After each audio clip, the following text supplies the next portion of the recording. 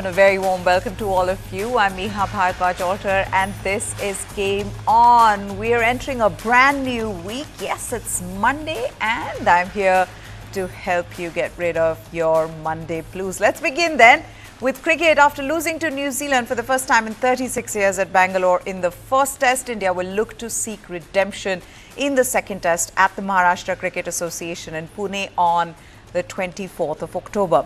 Now, India were bowled out for just 46, their lowest total at home in the first innings of the first test before losing the game to the Kiwis by 8 wickets in Bengaluru. In a bid to recover from their shocking defeat at the Chinnaswamy Stadium, a slow turning pitch is being prepared for the second test. The Indian team is under pressure now to level the series to stay ahead in the World Test Championship final race, which will be held next year in June. According to the reports now, the pitch will have black soil, which will aid lower bounce in comparison to the one in Bengaluru.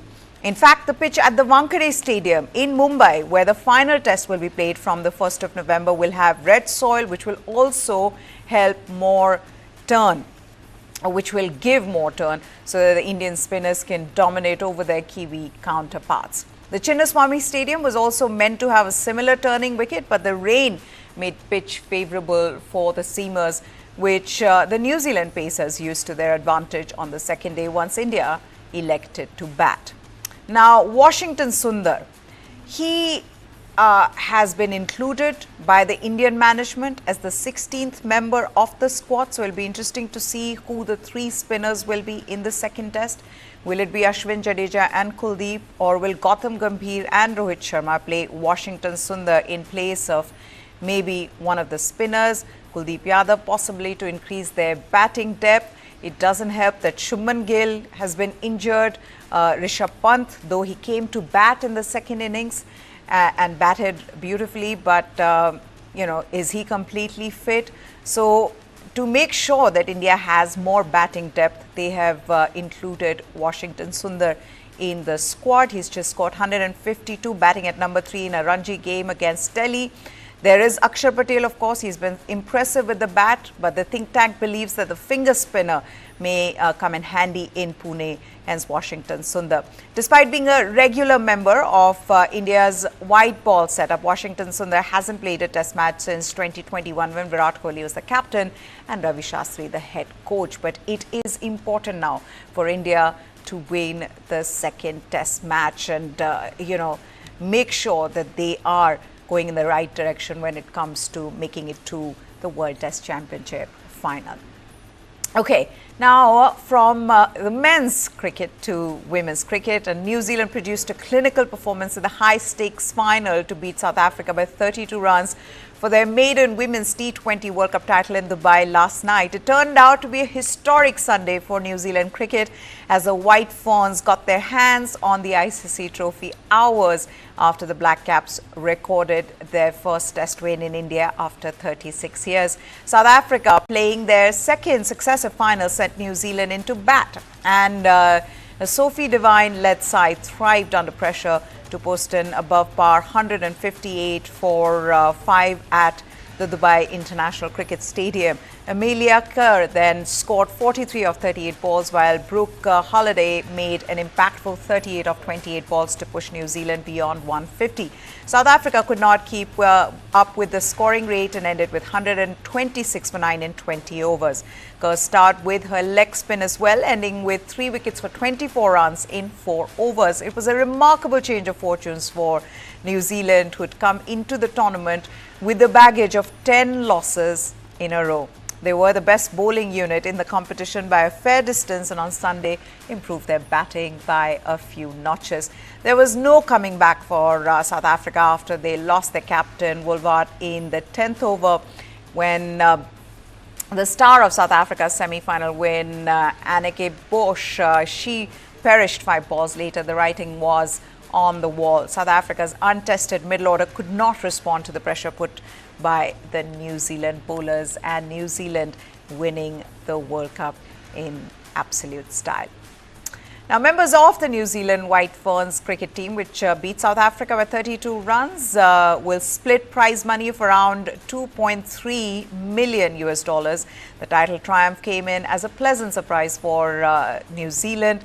Their pacer, Rosemary Mayer, who bagged 3 wickets for 25 runs, said this after the match. He said, and I quote, "Pretty unbelievable, to be honest. Coming into the tournament, all the odds were against us. So for the group to bounce back like they have is unbelievable. We just care so much about each other.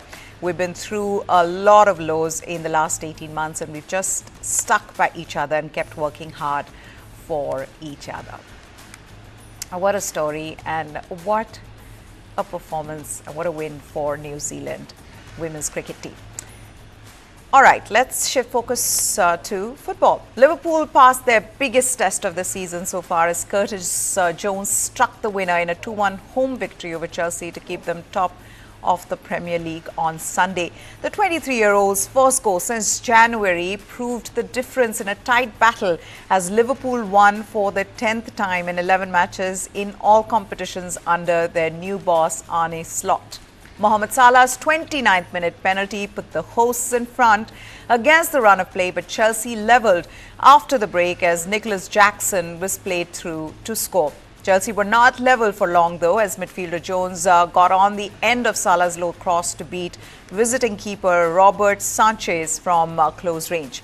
It was never comfortable for Liverpool against a Chelsea side who came close to an equaliser several times in a strong finish and ended up with more attempts at the goal. But Slot's side dug deep to pass their sternest test in the Premier League so far this season. They have 21 points from 8 games, one more than second-placed Manchester City, who beat Wolverhampton Wanderers 2-1 earlier.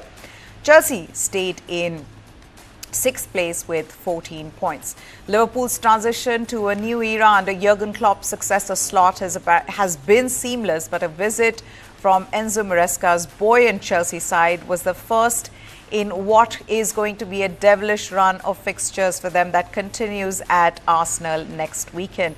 They were under the cosh for long periods, and Chelsea will be that one team feeling aggrieved not to have taken a point back to London. Slot's 10 wins in 11 games. This is their best record in any campaign since 1990-91, when their manager then, Kenny Dalglish, had an identical record. Now, during the Premier League era, only Manchester City's Pep Guardiola, who won his first 10 matches, has reached that many wins in all competitions in fewer matches than Arne Slot. All right, from Premier League to La Liga, Robert Lewandowski scored 2 more goals to extend his league-leading tally to 12 as Barcelona routed Sevilla 5-1 to open a 3-point gap on Real Madrid ahead of next weekend's Spanish Clásico. Pedri and Pablo Torre also scored for the Catalan club, who restored their lead in La Liga day after second-place Madrid won 2-1 at Celta Vigo. Barcelona midfielder Gavi came off the bench to replace Pedri in the 83rd minute, making his return to action nearly a year after a serious knee injury. Barcelona will play Madrid on Saturday at the Santiago Bernabeu Stadium. Both teams have Champions League matches midweek as Madrid host Borussia Dortmund on Tuesday and Barcelona host Bayern Munich on Wednesday. Lewandowski scored twice in the first half against the visitors, first by converting a 24th minute penalty kick and then by finding the net from a close range in the 39th. The Polish striker was coming off a hat-trick at Alaves in the previous league round and had scored twice in the team's win over Young Boys in the Champions League. He has 14 goals in 11 matches in all competitions this season. Lewandowski, who received a standing ovation when he was substituted in the 65th, nearly got his hat-trick against Sevilla in a one-on-one situation in the first half. Pedri scored with a curling shot from outside the area in the 28th, and Torre added to the lead from inside the area in the 82nd and with a free kick in the 88th. Rafinha then, he had a 49th minute goal disallowed for offside. Barcelona have outscored their league opponents 33-10 this season. Sevilla, who had no attempts on target in their first half, scored their lone goal in the 87th with a 19-year-old substitute Stanis Adambo finding the net. Barcelona also saw Lamine Yamal return from a muscle strain that saw him leave Spain's squad during the international break. Barcelona defender Eric Garcia, he hurt a muscle in the team's warm-up and he did not play. All right, let's talk about a legend now. Lionel Messi's hat-trick led Inter Miami to an MLS single-season points record after their 6-2 victory over the New England Revolution on Saturday on MLS Decision Day in Fort Lauderdale, Florida. Lionel Messi checked into the match early in the second half when the score was tied and Inter Miami's chances at breaking a pair of Major League Soccer regular season records were very much uncertain. The Argentine captain instantly changed that scenario, netting his first MLS hat-trick and creating one assist, all in the span of about 30 minutes, as Luis Suarez scored twice and Inter Miami rolled past New England 6-2 to set the MLS records for most points and best winning percentage. Inter Miami finished with 74 points, one more than New England had in their record-setting season in 2021. Now the top spot is Inter Miami's by any measure, both in terms of points and best one-loss tied mark. Inter Miami also became the 8th team in MLS history to get through a regular season with only 4 losses, tying another record. Messi finished the regular season with 20 goals and 16 assists in 19 matches. Suarez got to 20 goals in his first MLS season, his 2 goals against New England helping Inter Miami erase an early 2-0 deficit. Luca Langoni and Dylan Barrero had the goals for New England. The rest of the match was all Miami.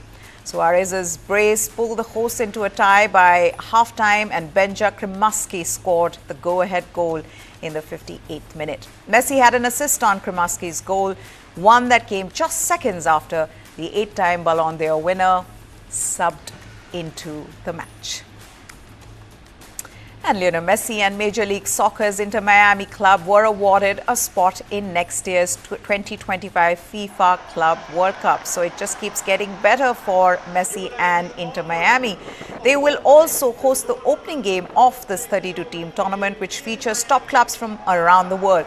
Miami, who won their first MLS Supporters Shield this month as the club with the most points in the regular season, are the second last team added to the tournament.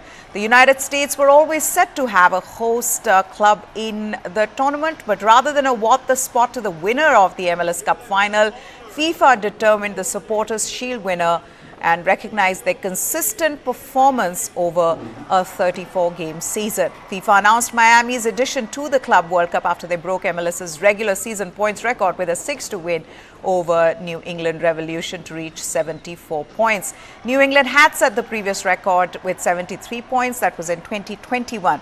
And of course, Messi made an instant impact as soon as he joined Miami mid-season last year, leading them to a Leagues Cup title. Yet he was unable to deliver enough magic to help his new club overcome their early season results and make the playoffs. But in Messi's first full MLS season, Miami wrapped up the Supporters Shield and top playoff seed in early October with 2 regular season matches remaining. The Argentine great had missed nearly half the 2024 season due to injuries and national team duties, but made most of his playing time with 20 goals in 19 games, including a hat-trick during an 11-minute span in the second half of a Saturday. FIFA President Gianni Infantino congratulated Inter Miami for their feat. Well, it was really an incredible moment to be able to tell to the fans of Inter Miami, which has had an incredible season, record of points and everything, live, that they are qualified for the FIFA Club World Cup. They are now officially one of the 32 best clubs in the world already after a few years since their existence. And now they can start writing their story also on a global stage. So congratulations to Jorge Mas, to Jose Mas, to David Beckham, to all the fans here in Miami, La Familia, but the fans that Inter Miami already has all over the world. Well done. All right, from one legend to another, Cristiano Ronaldo and Al Nassr's AFC Champions League elite game with Esteghlal of Tehran on Tuesday will be as closely watched in India as it is in Saudi Arabia and Iran. This is an important story. We covered this story for you because this is what happened with India as well, and now matches are being shifted out of Iran. The Asian Football Confederation said in a statement that Istiqlal had to move their home fixture with Al Nassr to the United Arab Emirates city of Dubai due to the security situation in Iran. The decision was greeted by surprise in India, as on 7th of October, the AFC ruled that Mohun Bagan Super Giants of Kolkata had been considered to have withdrawn from the second-tier AFC Champions League 2 match for refusing to travel to Iran to play their October 2nd fixture against Tractor SC in the northwestern city of Tabriz. Now, Mohun Bagan at that time had cited security concerns. They had said it is not safe, and in fact, the Indian government had given out the, the travel guide, which said that Indians shouldn't be traveling to Iran. And AFC had said nothing doing. They should have been there, and now they have to withdraw from the tournament.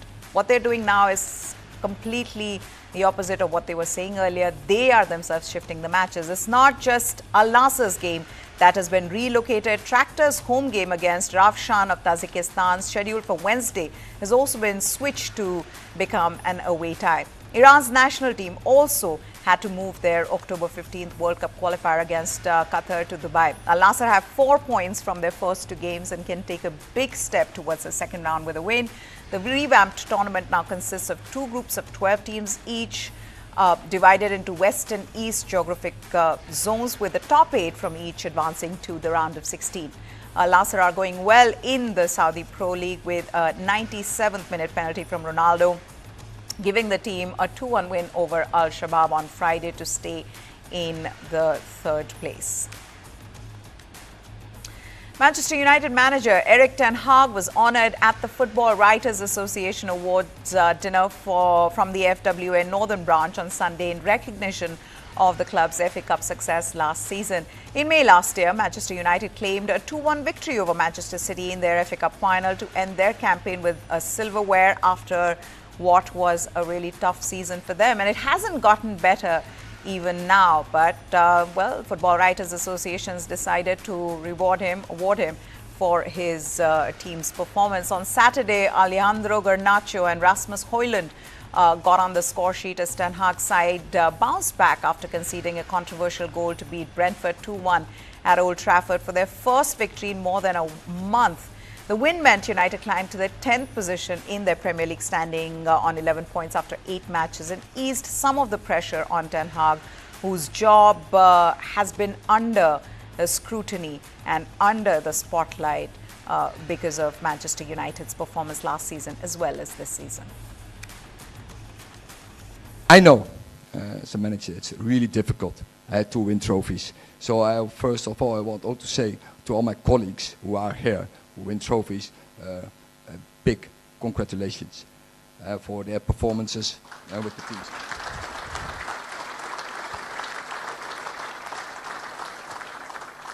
Because I can say, and I have some experience, it's not so easy to win titles, to win trophies.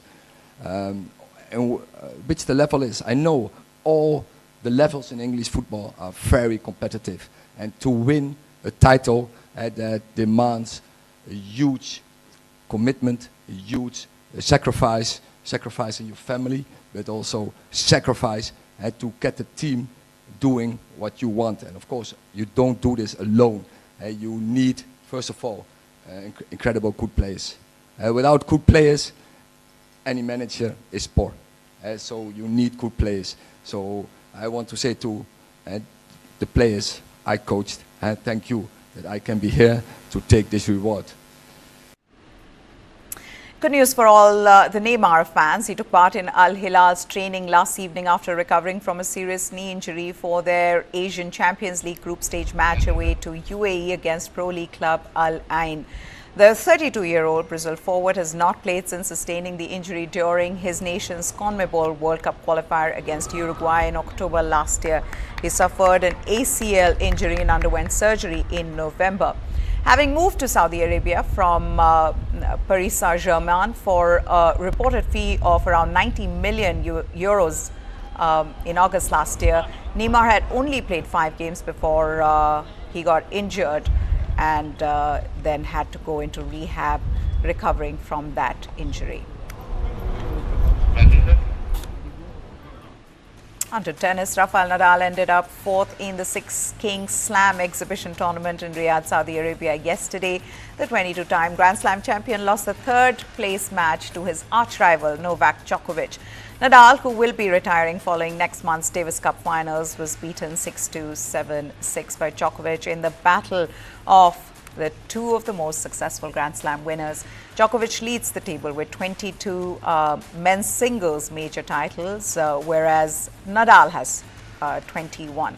Nadal will be part of the Spanish team at the Davis Cup final 8 in Malaga from 19th of November to 24th of November. After the match, Nadal said that he will keep giving back and promoting the beautiful sport of tennis, but wonderful to watch two legends playing together for what possibly is the last time.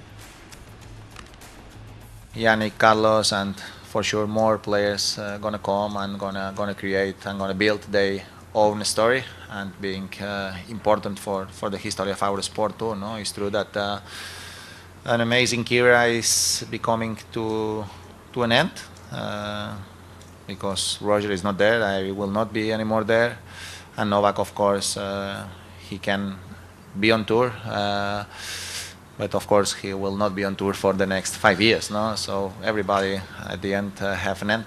So just accept that and keep going, keep trying to work and promote our beautiful sport all around the world. And in some way, players have this mission too. No, not only play tennis, is keep promoting our sport to give back all the things that tennis gives to us.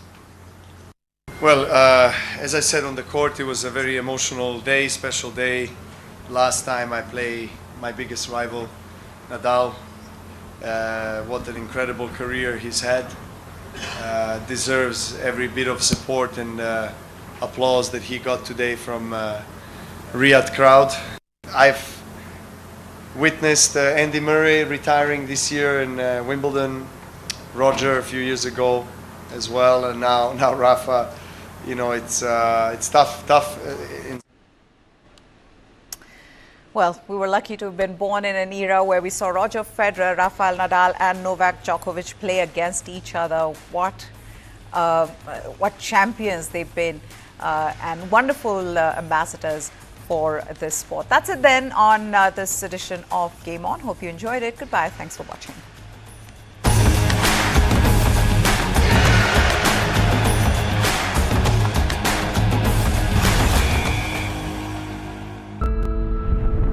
Who am I? Nobody can crack that mystery. There is a certain expectation of me. That's the only contradiction. Life itself is stranger than fiction. I was a perfectly normal person born in an abnormal world. I really didn't understand why is it different. Just imagine a child who is bullied every day. Boys school में कुछ लड़का लोग मेरे साथ sexual abuse किए. मुझे तेरे बारे में सब पता है. अब तेरा rape कर लूँगा. You also start to stigmatize. अरे ये तो time pass है. Sex doesn't come in the picture. Sex comes very late. Then there are man-made narratives. Why do you walk like that? Why do you sway so much? So you can understand the trauma of a person who's trapped in a wrong body.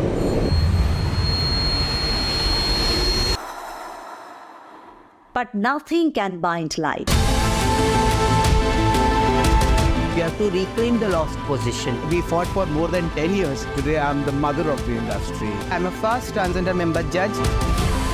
You can't walk in everybody's shoes. This is what I'm comfortable with. They just are what they are. You become the light yourself. That is the change that I was looking for. When I recognize myself, it's a small story, but it's an interesting one.